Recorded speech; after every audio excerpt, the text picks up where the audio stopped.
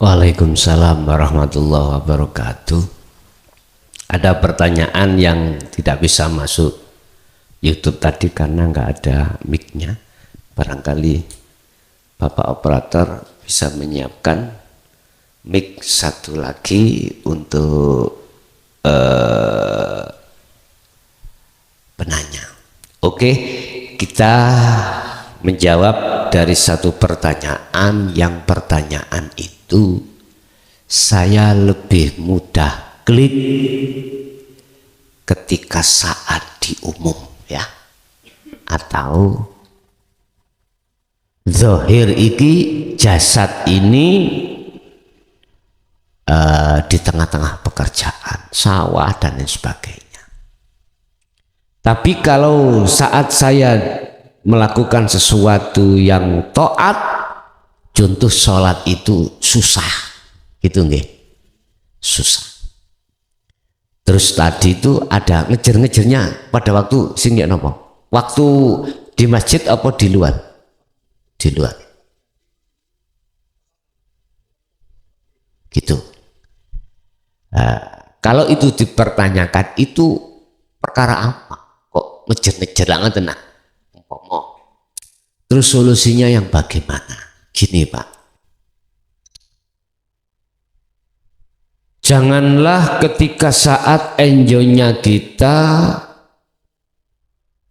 mudah wusul datang Allah zuhud di tengah umum, lantas zuhud di tengah khusus itu harus kita tinggalkan. Jangan. 1, 2. Janganlah oleh karena ketika zuhud di tengah taat di masjid itu kita kesana kemari, hati itu macem-macem, dengan alasan itu terus harus kita tinggalkan.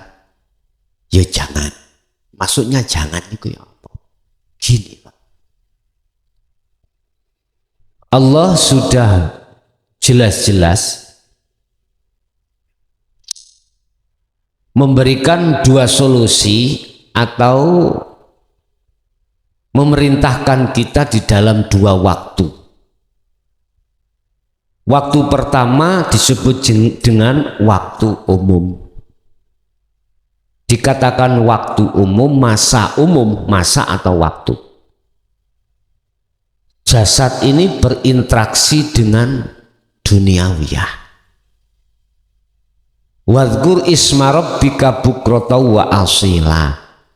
Muhammad, pagi sampai sore kau bekerja, kau bersosialisasi, campur dengan makhluk-makhluk lain. Pergunakanlah masa itu hanya untuk berzikir padaku. Bukrata wa asila. Pagi sampai sore. Lah yang dimaksud ayat zikir di sini sadar diri tadi loh Pak ya. Mengimani apa yang terjadi baik pada diri kita melalui mata, telinga dan lain sebagainya dan orang lain, yang berperan subjeknya isim fa'ile di situ adalah Allah di dalam akhirat. Allah di alam akhirat. Kita tampaknya dengan mata zahir itu kan alam dunia makhluk, lagi gitu Pak ya. Dengan makhluk itu nafsu akan membisikkan terhadap kita, disuruh ngimani yang berperan adalah makhluk.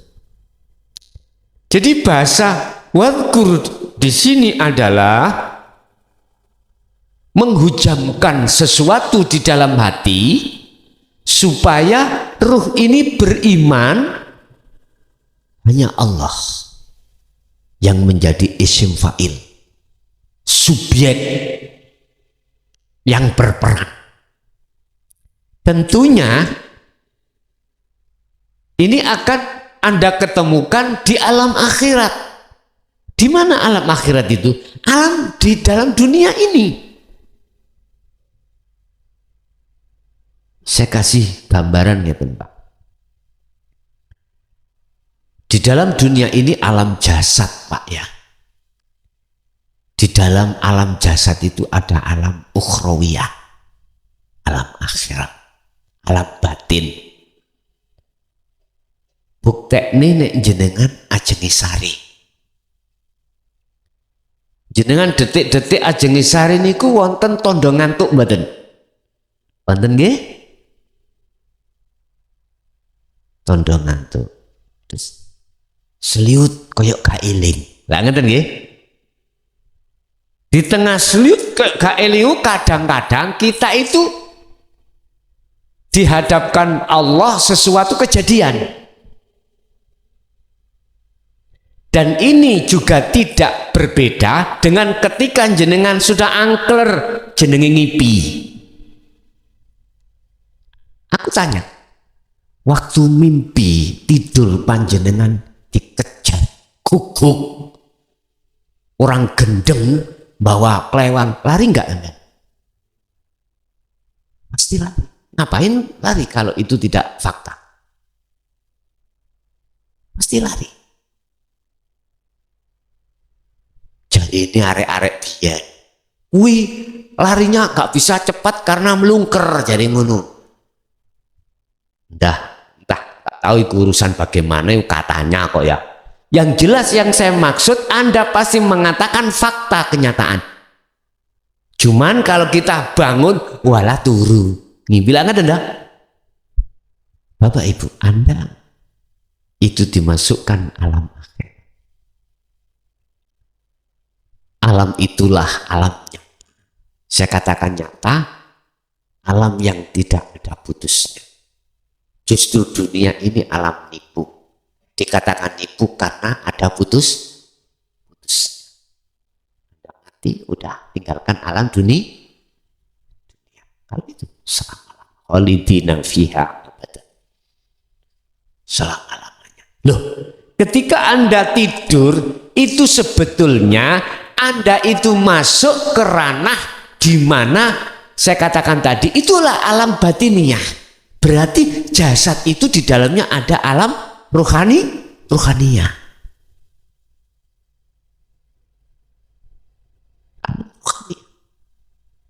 Gak mungkin ketika saat bermimpi jenengan mengatakan, ini mimpi. Sehingga ketika saat Anda itu mohon maaf dalam mimpi bertemu dikejar guguk atau orang gila bawa kelewang pasti lari, kecuali Anda bertemu sang kekasih. Gak mungkin Anda lari.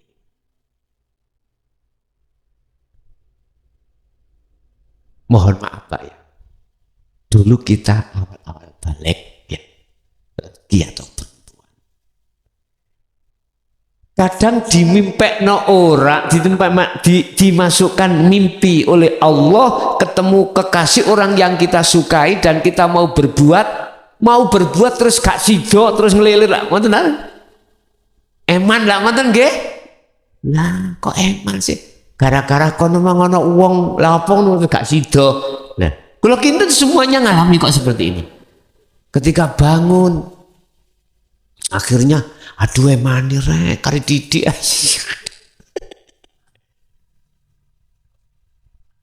itu tanda balik sampai Pak. Loh mengapa ini getun sampai kepingin masuk kejadian itu lagi sementara tadi dikejar-kejar anjing bangun kadang ngos-ngosan ya. Sudah terlepas dari itu, Anda akan bisa masuk dalam keadaan sadar tanpa menunggu tidur. Ruh ini akan masuk di dalam akhirat dengan keadaan kondisi jasad itu sadar. Tapi ada satu saatnya itu. Al-barzakhun, dinding yang tebal di dalam hatimu harus hancur. baru bisa. Barzakhun itu maknanya dinding bahasa Quran. Secara murad lugat itu dinding yang tebal. Secara istilah alam barzah itu alam di mana ruh dimasukkan dalam satu gedung, dindingnya tebal sekali, ruh itu tidak akan bisa ke dunia dan tidak bisa ke akhirat. Min waraihim barzakhun ila yaumi yub'atsun. Alam barzah adalah alam pemisah antara dunia dan akhirat. Ruh itu ada di dalam dinding itu, nggak bisa keluar. Ternyata Bapak Ibu, barzah kita adalah keakuan. Keakuan makhluk takholi yang apapun, mendengarkan, melihat, apapun itu akan hancur hanya dengan satu syarat. Bentuklah jiwamu berperilaku takholi. Perilaku takholi itu perilaku di mana penghancuran keakuan ego dalam diri kita. Dengan cara itu tadi kembali, uzlahlah baik secara umum maupun secara khusus dengan sirul asra.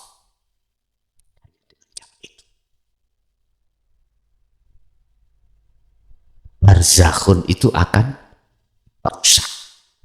Baru ruh itu akan bisa masuk ke alam akhirat.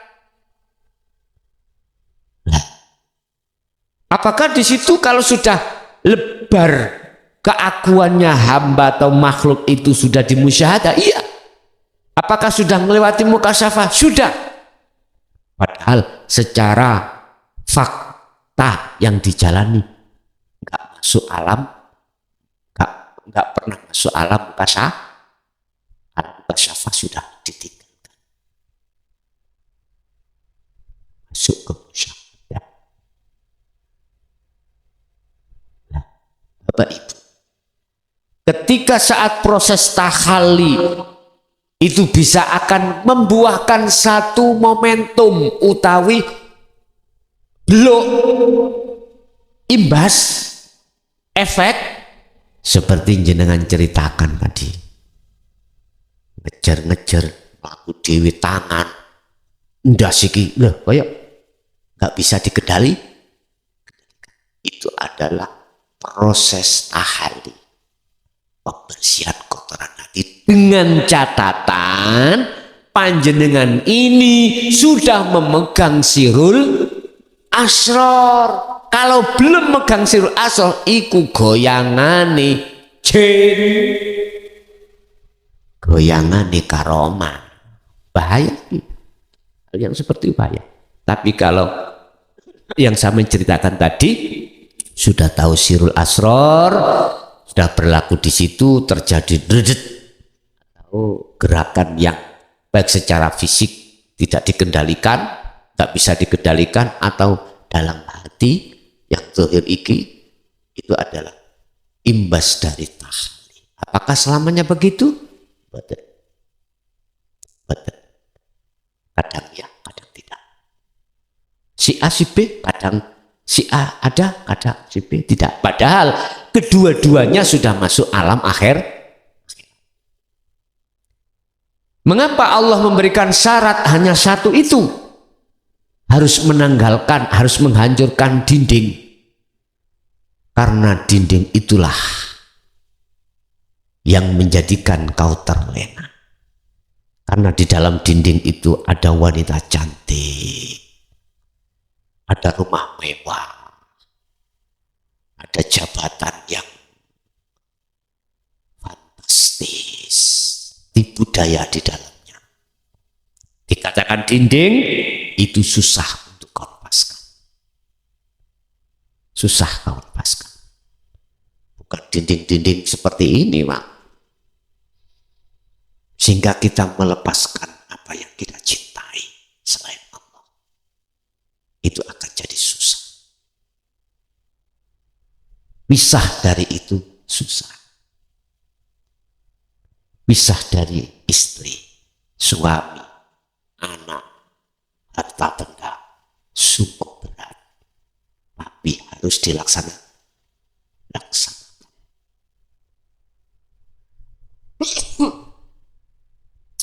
Untung aja. Allah memberikan solusi. Tarkud dunya wajibatun ala kullil mu'minina wal mu'minat fi batinati faqat. Ya. Untung saja Allah itu memberikan solusi, meninggalkan itu semuanya itu secara batiniah saja. Tidak hanya secara dohiri. Iya. Artinya yang secara batiniah saja ataupun orang yang sak dohiri tok di mata Allah sama nilainya. Paham maksud Allah? Orang yang wusul pada Allah di sistem wasilun dan di sistem majdubun itu sama di mata Allah. Sama, Pak. Sama. Terserah. Kalau saya sih diperintahkan Allah untuk menyampaikan secara sistem wasilun, meneruskan sistem Kanjeng Nabi Muhammad SAW. Urusan yang berpendapat terhadap Rasulullah nggak pernah seperti itu, terserah. Monggo kerso. Secara fisik kamu saya juga nggak pernah menangi kehidupan ini Kanjeng. Lah gitu tak? Kamu yo katanya. Lah gitu ya. Secara fisik saya juga katanya. Cuma secara batin gak mungkin. Kalau Anda sudah masuk di musyahadah itu katanya gak mungkin. Kalau Anda sudah masuk di musyahadah pasti seperti zaman kenabian. Jadi sudah enggak katanya. Beda loh Pak. Orang bercerita katanya dengan tahu sendiri, beda. Misalkan saya mubalik, jenengan mubalik, saya pernah masuk penjara, jenengan tidak. Coba ketika kita bicara tentang penjara, sampean katanya, kalau saya tidak. Jelas beda Pak. Bedanya di mana? Gini Pak. Panjenengan bisa bercerita karena ada yang menceritai. Yang menceritai itu adalah orang yang pernah masuk penjara. Pas plek di sana ada gini-gininya. Saya juga begitu, ceritanya sama. Cuman yang membedakan ketika bercerita. Hati sambung saya terhadap penjara. Jenengan gak bisa sambung. Karena katanya. Satu. Dua, perbedaannya ketika Anda membuka tanya jawab tentang penjara, susah menjawab. Apalagi yang tanya sudah pernah masuk penjara. Sifatnya ngetes. Betul enggak? Di depan kantor itu, di situ ada kerikil yang seperti kuda dilem. Memang ada. Misalkan dia tahu pernah ada di, Anda nggak bisa jawab Pak. Aku mau jawab iku, yone ono, ya. Kalau tak jawab tidak ada, kalau di sana ada, gimana? Aduh. Akhirnya apa bahasa saya? Kalau nggak bisa saya jawab sekarang, tak tunda ya. Untuk takon di kono ono kerikil seperti kuda apa enggak? Lah, beda Pak. Jadi dua yang membedakan. Satu, rasa sambung langsung tidak bisa. Yang dua, apabila ada yang tanya itu masih takut.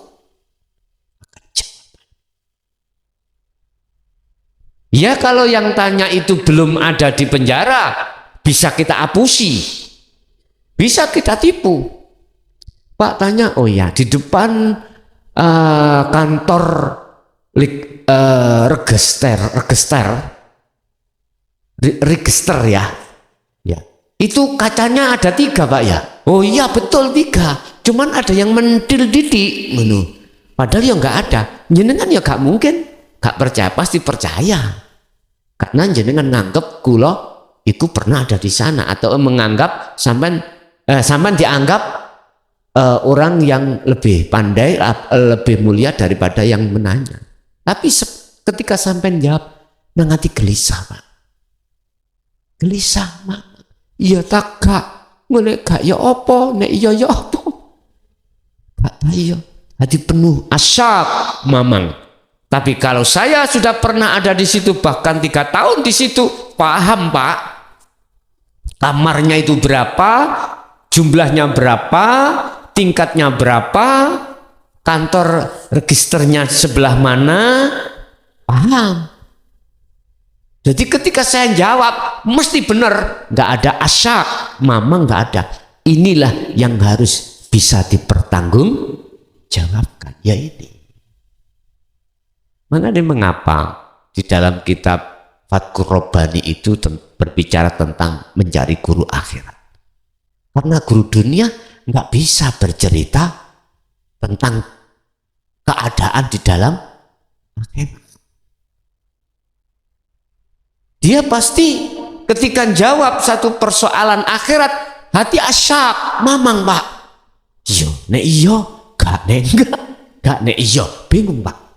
Akhirnya kalimatnya, insya Allah Anda nanti dimasukkan surga bila mana Anda sodako jariah ke pondok saya. Insya mana pastinya? Mau bertanggung jawab kalau besok itu gak menjadi sodako dan jariah? Gak berani. Jadi gak bisa bercerita tentang tasawuf atau tentang tauhid yang benar, yang lurus. Hada siratul mustaqim, disih tauhid yang lurus iku millata Ibrahim hanif. Hanifah itu lurus, yang sudah tidak lagi ada tendensi tolak-toleh urusan dunia. Urusan dunia waktu Pak, contoh urusan dunia termasuk waktu. Suwe rek gak ngaji-ngaji, gak mari-mari suwe. Lho iku tendensi Pak. Mana tendensi kita itu, waduh gak kotak korek, tendensi. Nek diteliti tenan Pak, kita itu setiap gerak-gerik hati dalam jasad, sering ruh iki ketipu jasad, sering ketipu. Makanya saya katakan, ketika saat ruh masih ngetut kening jasad, iku laksana ruh keblenggu Pak. Orang jangan heran jenengan kalau sudah tahu jalan menuju Allah, fa'budu hada siratul mustaqim, mengapa dia nggak suka lama-lama di dunia? Di situ nggak pengen lama-lama di dunia, alasannya di situ. Roh itu terkekang dengan jasad njaluk ngombe apa iki? Roh boten. Roh dituntut untuk fa'budu, makrifat nang Allah, ketika jasad iki ngombe. Mana roh ngombe? Wijai mboten. Kan sudah dikatakan dalam surah napa kula supini. Wa ma khalaqtul jinna wal insa illa liya, hanya menyembah. Menyembah iki arti makrifat roh itu. Nek jasad macam-macam, kepingin kopi yang ngombe kopi, kepingin tuh yang ngombe toy, mau macam-macam. Roh gelele, tahu gelele nggih? Tidak ikut-ikut, cuman roh dituntut untuk mendidik jasad iki mang, ya sifat basariah mang, untuk menghadap Allah. Sehingga mengapa setiap aktivitas Kanjeng Nabi dalam Islam itu, setiap kali awakmu mau makan bacalah bismillah, setiap kali kau lapo berdoa, masuk WC berdoa, bahkan mau tidur pun, meninggalkan dunia pun harus berdoa. Iku maksudnya ilingo gorogo sajasat yen ning kono Allah yang berperan. Asine ngoten. Bepergiane doane beda. Ambek waktu mlebu WC beda. Intinya kongkon eling sedaya yang berafal, yang berperan adalah Allah hidup yang ada dirimu. Nek sampean selagi masih menganggap hidup dalam diri kita adalah hidup kita makhluk, sebab dihidupi Allah, ada di makhluk apapun karena dihidupi Allah, selama itu, ya mohon maaf, selama itu Anda tidak akan bisa masuk ke akhirat karena terdinding ego tadi, terdinding dirimu sendiri. Oleh sebab itu Bapak Ibu, ketika jenengan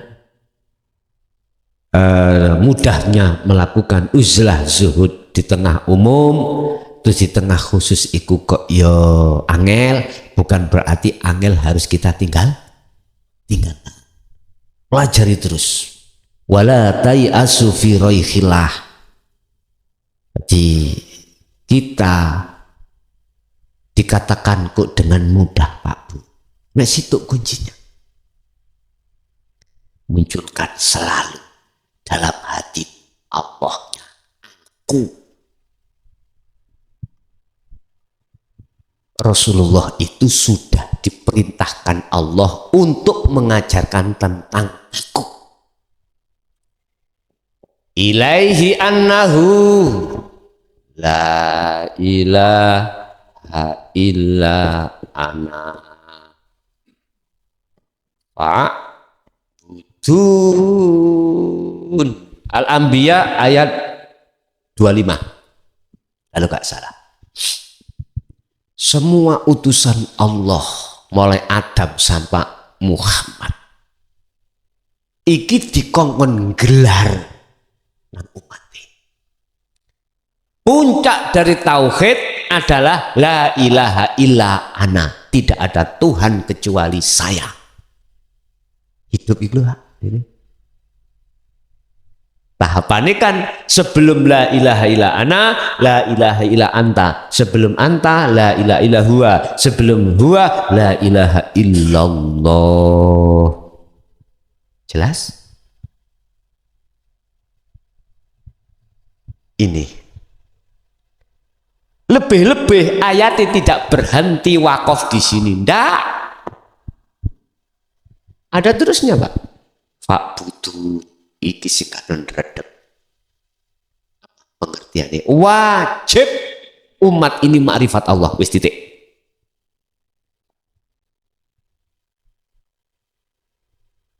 Kalau Anda tidak menerima ajaran Allah, gak mungkin bisa makrifat.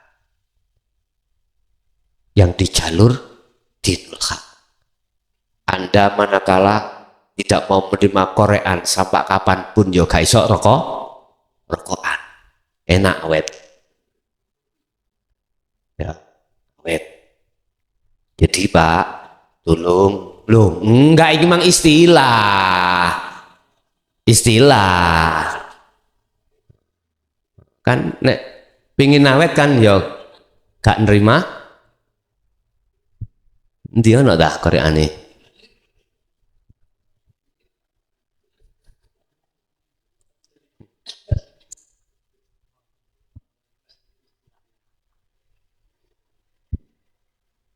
Jadi mungkin cek mboten ketelikung nafsu Pak, itu tadi seberat apapun bukan berarti harus ditinggalkan.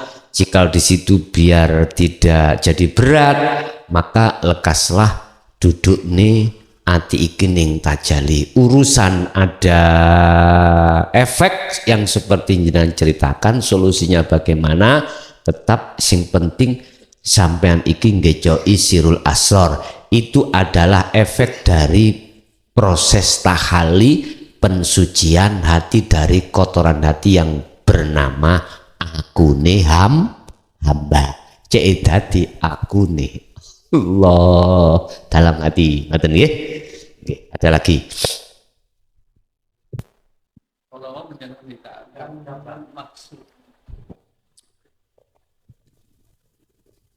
nafsu ingkang samar, padahal niku sami kalian hakipun Gus. Langgenipun bedaken kas pundi?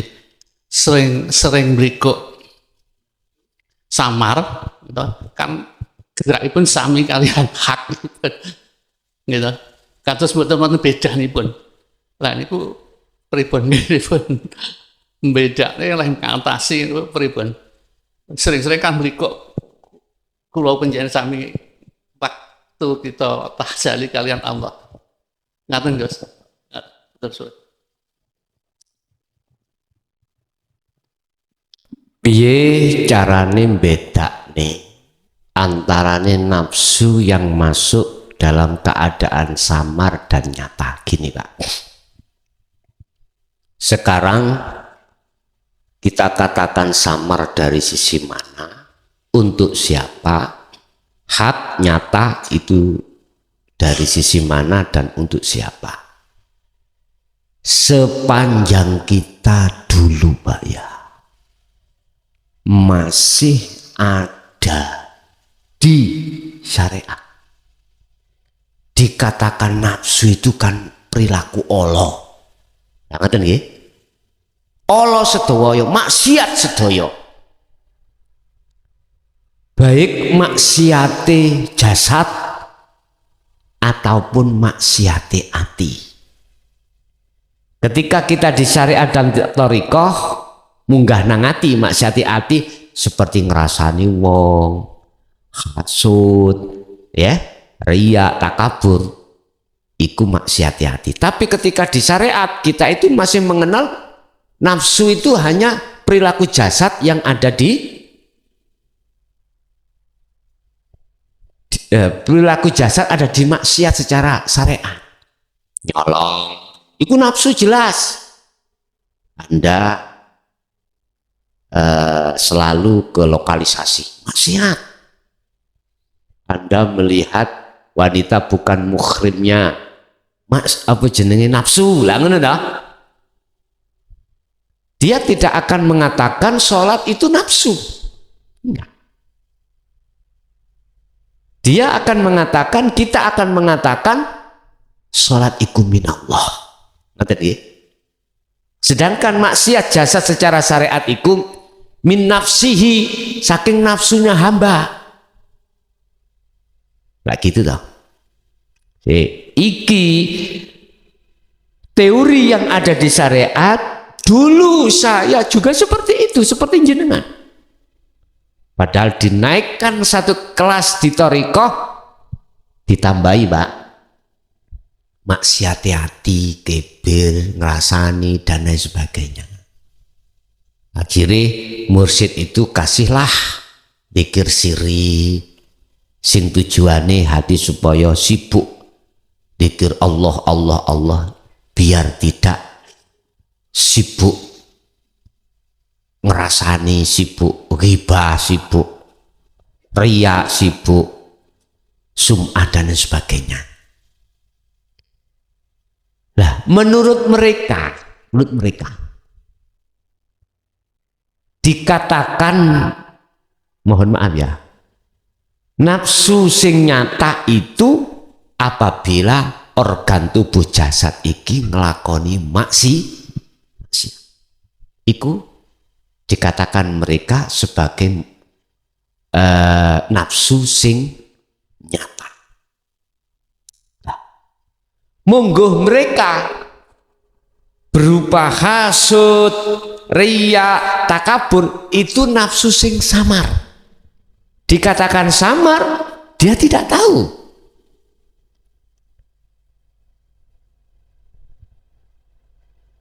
Mohon maaf, apabila fisik ngelakoni sholat, Hati itu gelisah dikarenakan teringat, dikarenakan tadi itu dipisui anake. Terus masuk dalam sholat, hati mikir, eling seperti itu, mereka tidak tahu kalau itu nafsu yang sama. Samare nafsu yang ada di sini, monggo mereka Pak, golongan ahli hijab, iku samar.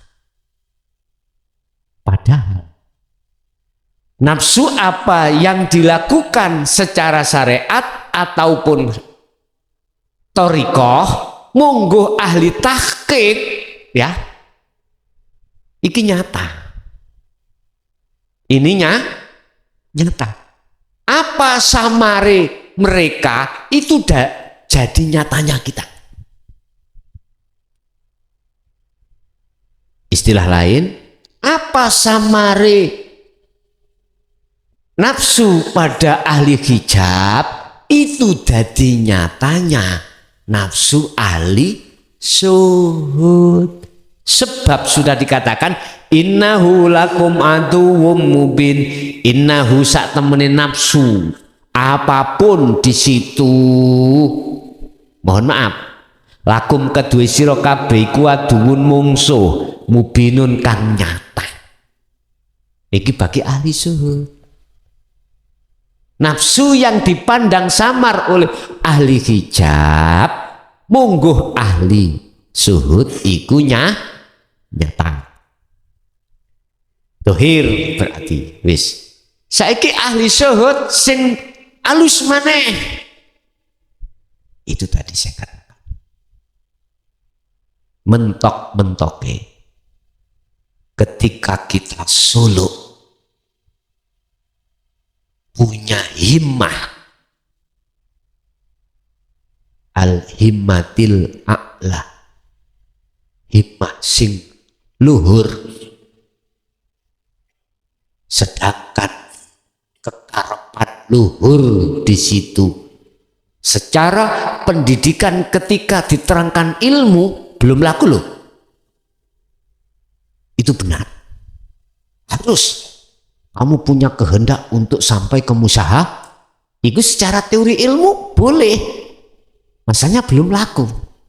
Tapi kalau sudah laku,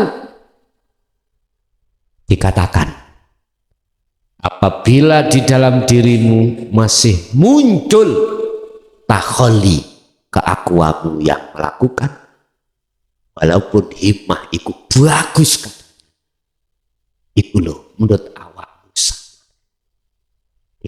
samar, kau tidak tahu kalau itu masih kepentingan nafsu.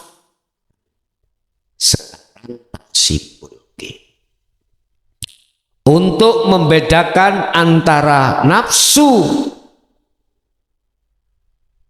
kekarepan dari iblis atau nafsu setiap diri kita ataukah itu dari Allah. Jangan dilihat fisik Pak, jangan dilihat taat secara fisik, maksiat secara fisik, balak secara fisik, nikmat secara fisik. 4 waktu iki jangan dilihat fisiknya, tapi lihatlah. Kalau Anda melihat fisik, pasti kau akan duduk di takholi. Sehingga baik maksiat, balak, nikmat, taat, pasti iku masih kelebu nafsu yang dicaci oleh Allah. Nah, duduk di takholi berarti iku saka nafsu. Sing nafsu iku mau bah kasar, bah halus. Tetapi jikalau Anda melihat hidupnya atau sang yang berperan, otomatis hati Anda akan duduk di tajalli. Ketika hati duduk di tajalli, akunya Allah, maka tidak ada campuran sama sekali. Ya inilah yang kami maksud tauhid yang murni ada di sini. La ilaha illa ana fa'budu.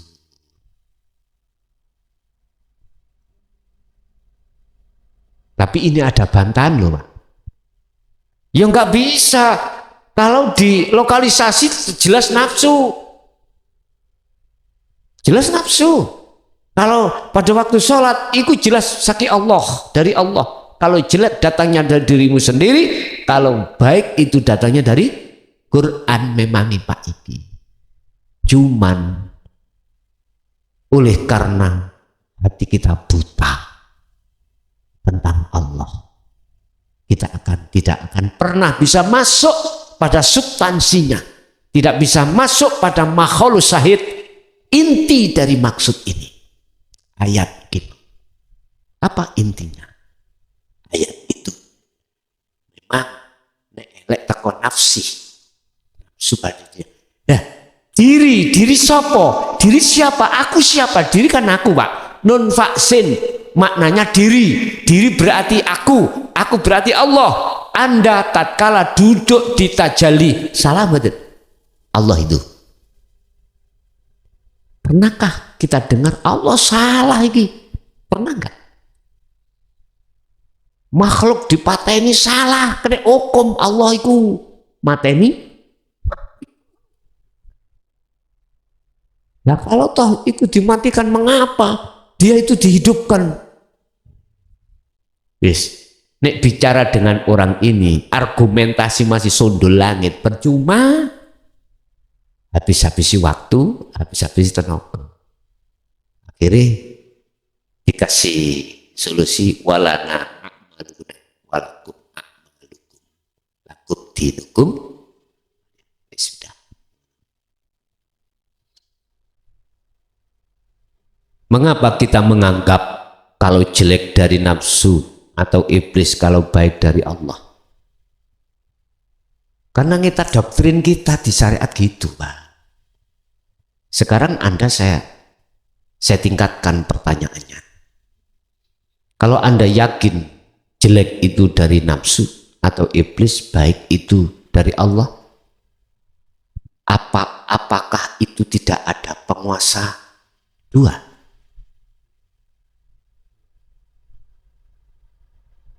Sampai jawab dewi, pasti di situ berarti ada penguasa dua. Kalau ada penguasa dua di dunia jasad atau dunia alam ini, bagaimana ayat yang menerangkan tentang kehancuran dunia itu manakala ada Tuhan selain Allah?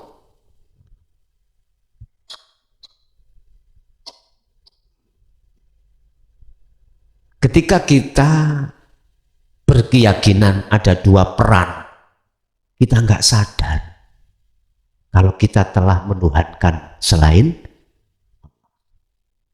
Ini mengingatkan saya Pak, ketika saya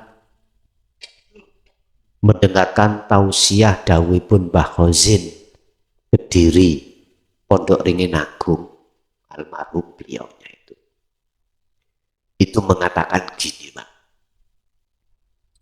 pangeranku gak podo ambek pangeranmu, Allahku gak podo ambek Allahmu. Nek Allahku ahad, nek Allahmu ku wakeh, kira-kira gak bingung podo Islam ini? Bingung Pak, ini gak paham Pak. Akhirnya ndas utak kalau gini. Lho Allah situ Allah, aku nyeluk Allah, jenengan nyeluk Allah kok akeh sih Allah, aku iki apa? Jenengan kok Allah kok ahad tunggal iki. Kalau hati belum dibukakan hidayah tentang inti daripada ujung tauhid iki, ternyata jawabannya ngeten. Allahku iku ahad tunggal, Allahmu iku akeh. Ternyata inilah Allah sing akeh iku berupa selain itu, berupa selain Allah yang sudah masuk dalam cinta di hatiku. Otomatis zona seperti ini, masa seperti ini, masa ketika kita masih istiqomah konsisten di dalam ajaran syariat. Iya Pak. Memang dalam kelas syariat itu mengajarkan hal-hal seperti itu. Kita diajarkan untuk beriman selain Allah. Kelas Pak nggih.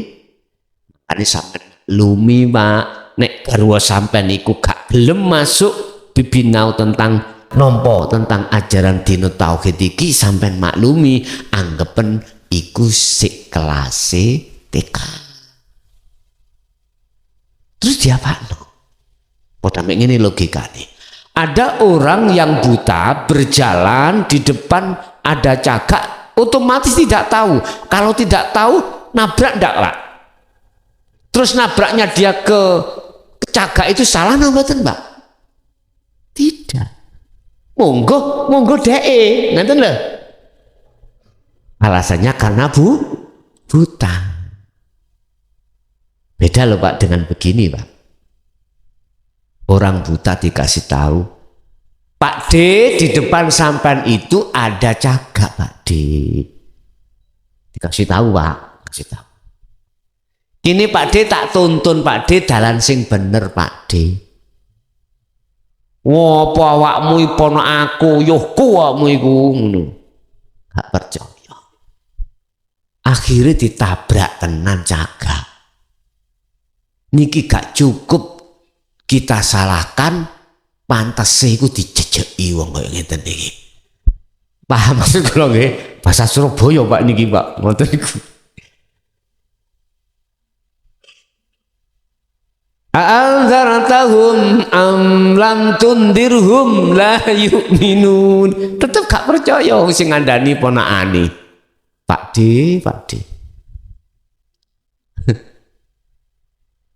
Bapak Ibu hadirin jamaah rahimakumullah. Kesimpulannya, apapun perilaku aktivitas yang sampean adepi, manakala hati panjenengan duduk tajalli min Allah, manakala hati itu duduk di takhalli, berarti mohon maaf, siapa yang duduk di takhalli? Adalah ahli. Ini cara membedakan mana dikatakan nafsu, mana dikatakan Allah. Bahasa orang yang sudah arif Pak, mengapa dia tidak menyalahkan orang-orang di bawah yang masih belum mengerti sehingga memaklumi? Karena apa? Tidak bisa Pak. Orang arif itu menyalahkan orang lain gak bisa Pak. Secara praktek hati loh nggih. Prakteknya mboten saged. Nek ngelmu saged menyalahkan. Tapi kalau sudah praktek, beliau duduk di praktek tajalli, tidak pernah menyalahkan. Apabila dia menyalahkan, berarti sama halnya dia menerka ada penguasa dua. Lah iki lebih anu maneh niki. Sehingga beliau itu terhadap ahli hijab tidak sakit. Itulah yang dimaksud bismillahi ya ar-Rahman ya ar-Rahim. Ar-Rahman berarti ahli hijab, ar-Rahim ahli syuhud. Makanya diucapkan ar-Rahman kang welas asih ing dalam dunya bloko. Artinya tidak wong mukmin tok, wong kafir pun diberi Allah apa yang menjadi kebutuhan dunia. Tapi ar-Rahim khusus wong yang beriman tok. Orang yang bisa ngimani dan nglakoni mlebu akhirat. Lha ngaten lho. Pakot. Cuman bahasane kita dulu waktu syariat akhirat sana. Besok nek wis dina kiamat. Padahal sak temene substansinya makhluk sahita intine ya sak niki niku. Wis. Dikatakan samar karena tidak tahu. Dikatakan nyata karena sudah tahu. Mengapa kok ono nafsu samar? Karena kita nggak tahu. Tapi kalau sudah tahu akhirnya tidak tadi sama Pak. Ketika kita di syariat Allah itu samar. Samar. Mengapa kita mengatakan samar, gaib? Karena tidak tahu. Sehingga bahasane laisa lahu kamitslihi syai'un, laisa kamitslihi, tidak bisa kamu gambarkan dengan sesuatu, karena samar memang nih. Samar sekali.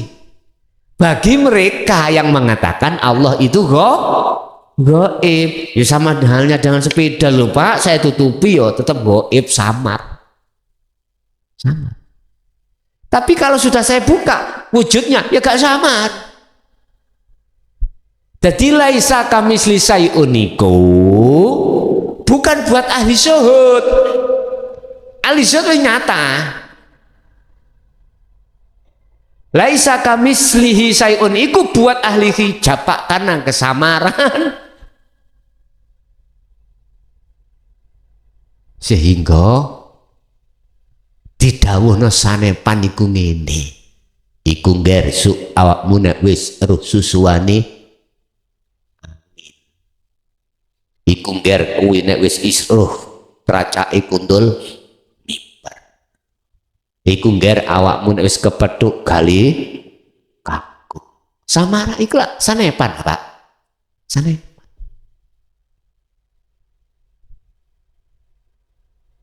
Kesamaran itu bagi orang yang mengatakan Allah itu gaib. Gaib sama dengan nafsu. Kalau asalnya samar menjadi gak samar, karena Anda sudah tahu kalau itu ada kepentingan nafsu. Mengapa di dalam Al-Quran wujudnya Allah laisa kamitslihi syai'un? Gini dah kalimatnya.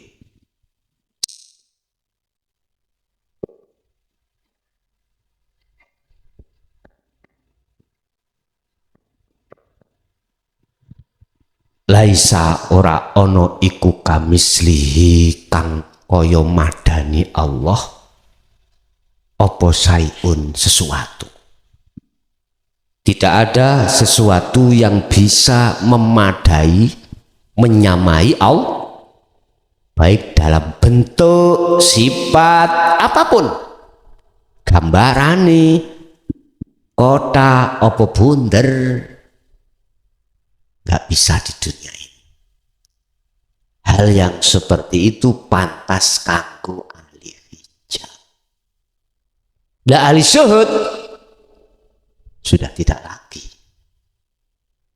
Ya iku Pak, bahasane gak iso diucap niku wae lho. Paham nggih?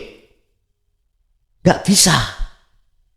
Sehingga Syekh Ibnu Athaillah iku nek merumuskan orang makrifat nang Allah itu la ibsarun wa mubsarun wa basarun.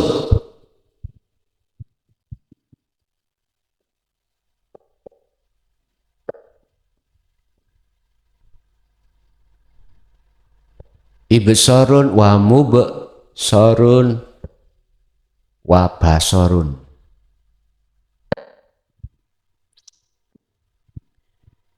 Sudah tidak ada yang melihat, tidak ada yang dilihat, mata untuk melihat juga tidak ada. Terus ya apa ya? Tapi justru dia itu loh tahu wujudnya Allah. Ngerti nih? Caranya gimana? Ya masuk di musyahadah, sudah. Masuk di musyahadah. Jawabmu lah kok gini. Oi kita. Iku jawab ning ati. Udah. Makanya untuk menekan hati supaya bisa sampai di sini, Allah memberikan wahyu terhadap Muhammad tentang la ilaha illa ana. Ini asalnya kan la ilaha illallah, yang diri Allah. Wis sawamar mari ngono la ilaha illallah, dia wis rada remeng-remeng iki. Tapi dia karo dia berarti adoh Pak. Makanya sampean gak heran. Jangan heran, dulu-dulu itu kalau kita mengatakan Allah, apa jari sing ngecet Lombok kono, mesti ndoding menduk, dikira Gusti Allah angkruk-angkruk nang nggone ndukur. Mesti ndoding ndukur. Isyarat. Wis. Naik satu tingkat ke tingkat yang ketiga, muraqabah. Anta la ilaha illa anta. Anta berarti kamu panjenengan. Nek ngomong panjenengan berarti wonge ana ngarepe. Wis, lah ide dah. Itu namanya muraqabah. Nek huwa dia berarti di sana. Jadi kita bicara orangnya tidak di sini. Makanya ndoding mendukur kaya to layangan pedot, macam-macam. Dukur pokoknya. Anta tidak ada Tuhan kecuali panjenengan. Makanya bahasa Quran iyyaka na'budu, iyyaka hanya kepadamu lah. Berarti anak ngarepe ide tapi durung akad ana loro. Itu namanya muraqabah. Jenengan merasa kalau selalu digerakkan Allah. Tapi andanya masih terlibat. Iku muraqabah. Laku apa wae sampean iku merasa disawang Allah. Merasa selalu diawasi Allah. Jadi fisik enggak ada kesempatan arepe nemok bubune wedok liya. Aku diawasi Gusti Allah kawani aku dosa. Akunya masih ada. Arepe nyolong barang tanggane, barang orang lain. Dia merasa diawasi Allah, jasad gak wani, Pak. Allah. Dikatakan takut pada sik merasa ada dua. Kamu berarti ning ngarep kamu. Makanya apa wong Islam iki salat di ngadep ngulon karena memang kiblatnya di kulon. Hati cenok ngarep. Rumangsamu Gusti Allah ning ngarep ngono doa. Gusti Allah nek mburimu ngwaplok akmu. Insyaallah pinggirmu yang ngono. Fa ina matwalu fatamu wajhullah. Pun. Artinya ngene, jangan kau menganggap Allah itu di depanmu aja. Terus tingkatkan satu tingkat. Mari muraqabah ke marifat, musyahadah. Bagaimana caranya? Dari sisi ilmu kupas la ilaha illa ana ini. Kemudian laku lewat dzikir sirul asrar. Baru ketemu ana, tidak ada Tuhan kecuali aku. Lho wis. Ono liyane ya? Boten enten. Nek wis muncul aku, berarti duduk aku makhluk jasad terus tadi loh, mbak ya. Aku hidup itu yang berkata. Sehingga jauh heran Pak, sampai wis kuat aku nih muncul, kuping sampai wing wing, Allah kono hati nyawang, saya nyangwet, ngucap aku Allah, ini berbunyi semuanya. Makanya jauh heran. Nek sampan wis tutuk gunung, sampan krungu suarane kucing meong, lah ngono bahasa syariate. Sampan di situ mendengarkan gak meongi. Aku Allah. Aku Allah. Gendeng kelakon ini. Sing gendeng iku ati sampeyan iku gendeng cinta mung dateng Allah. Dadi ya niku in kuntum tuhibbunallaha, apabila cintamu terhadap selain Allah sudah kau hilangkan, yuhibbukumullah, kata Allah, cintamu akan diterima oleh Allah. Berarti ini tak sederhana no, nek ati iku si ono gambari saliyane Allah sampak bongkok ya tetep iso makrifat datang Allah. Jelas nggih? Enggak ada lagi.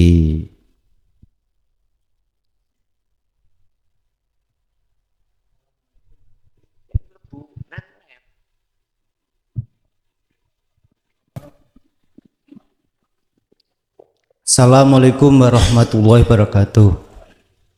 Nyuwun sewu Gus, pemahamanipun syariat penuasa hakikat menika praktekipun kados pripun, kados pundi ngoten? Penuasa hakikat. Sampun. Assalamualaikum warahmatullahi wabarakatuh.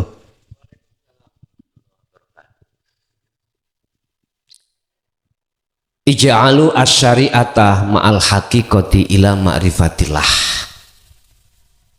Jadikanlah laku syariat iku bernuansa hakikat dalam rangka ila ma'rifatillah. Secara laku zahir apa wae yang terjadi pada diri jenengan, laku zahir fisik niki. Manakala hatimu itu meyakini yang berperan aku Allah, gini ku laku hakikat bernuansa laku syariat bernuansa hakikat nuju makrifat Allah. Gini ku wau sing dimaksud Kanjeng Nabi sallu kama raaitumuni usolli asline. Tapi asli maknane ini saya semburkan terangkan di syariat tidak bisa diterima. Karena apa? Siji kelas pindone hatinya belum ada hidayah makrifat datang Allah. Tapi kalau sudah dapat hidayah makrifat Allah pasti akan menerima. Akhirnya jenengan menyimpulkan, iyalah tiba aku lakukan biyen ya wis zong munggu Allah, kosong, nggak ada nilai apa. Baru sadar. Karena apa? Al-a'malu suwarun qaimatun wa arwafuha wujudu siri ikhlas fiha. Ikhlas sama sekali. Laku amal oboai itu. Manakala tidak dikasih ruh. Pada ketika saat di syariat nggak bisa kita mengasihi, sebab ruhnya amal itu adalah ikhlas. Yang dimaksud ikhlas karena rasa dirinya melakukan, tetapi Allah. Jadi waktu di sana dulu kita nggak mungkin aku nih Allah muncul, nggak mungkin. Akunya makhluk ego iki. Kalau dari orang lain ya kita menuduh orang lain itu, mengakukan orang lain itu. Gak mungkin bisa masuk dalam kebenaran akhirat, gak bisa. Karena kunci menuju akhirat yaitu dinul hak iki. Jelas Pak? Jadi laku dohir fisik aktivitas apapun. Mangan syariat, ngombe syariat. Bukan syariat itu sholat tok syariat, bukan. Iku yo syariat, sedoyo iku laku dohir iku kuwabe iku syariat gandeng torikoh. Syariat mesti gandeng torikoh, lah torikoh iku jalan. Jadi ngilmu untuk kita ngombe tahu wujudnya ngombe iku torikohe, aktivitas ngombe aran iku lho namanya torikoh. Jadi jadikanlah syariat bernuansa hakikat menuju makrifat. Sebab syariat itu sistem. Hakikat juga sistem ilmu lah. Namanya sholat ikut torikoh, namanya minum torikoh, bukan yang ku maksud nama Nasabandia Qadariyah, bukan niku organisasi ya, organisasi bukan niku sing kula maksud torikoh. Pada sesungguhnya seluruh aran nama aktivitas apapun itu semuanya torikoh lah. Ngelmune iku syariat iku karena sistem. Tujuannya nang di Gusti Allah. Tujuan iki nek gak di ngelmoni hak jeneng ilmu hakikat, ilmu tauhid ya ora iso nang makrifat. Ora iso, tidak bisa. Karena apa? Karena tidak membawa kunci. Bagaimana Anda bisa masuk dalam sebuah gedung yang gedung itu padahal ada gemboknya yang sangat besar sekali. Ya nek gembok-gembok ini kita bawa perkul bisa hancur. Gemboknya itu bukan sembarang gembok. Makanya dalam bahasa Al-Quran disebut barzakhun, barzah, dinding yang amat tebal. Ada kuncinya. Apa? Jadi orang-orang istighosah, miftahul jannah la ilaha illallah. Lah ngoten ya? Bukan dipoconya, dipraktek. Itu tadi nafi isbat takali nang tajal tajalli, duduknya di sirul asra, baru di situ. Oke, ada lagi? Monggo. Sapu cekap. Bapak Ibu hadirin jamaah rahimakumullah, sedaya napa ingkang sampun digelar ngilmu iki dhateng panjenengan kalih kula. Mugi dia sedaya dados ilmu ingkang manfaat dhateng kita lan anak putu kita. Lan juga Gusti Allah ngersakake laku sing tenan dhateng kita lan anak putu kita ila yaumil qiyamah. Lahumul Fatihah.